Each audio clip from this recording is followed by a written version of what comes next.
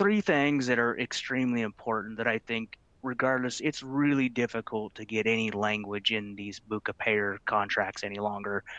They're very focused on making sure that they don't spend one more dollar of operations in managing their contracts. But there's a couple things that I always suggest, if you have to lean on a couple items, it's better to have at least a few of these things in every contract, and that's material financial impact.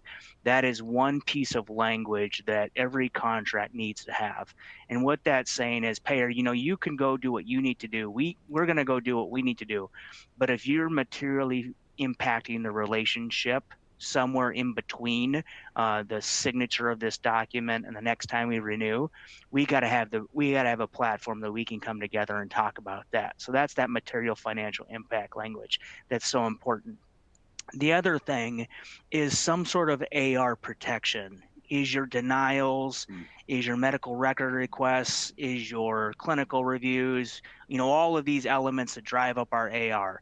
Is there a way to have some language that keeps that AR under 90, under 120, whatever your organization's targeted at, under a certain percentage, so that you're not worried about, hey, my major payer, the AR over 90 has grown to 30%. Now what are you going to do? Your cash flow, and you're talking now to CFOs about what you're going to do terming that payer.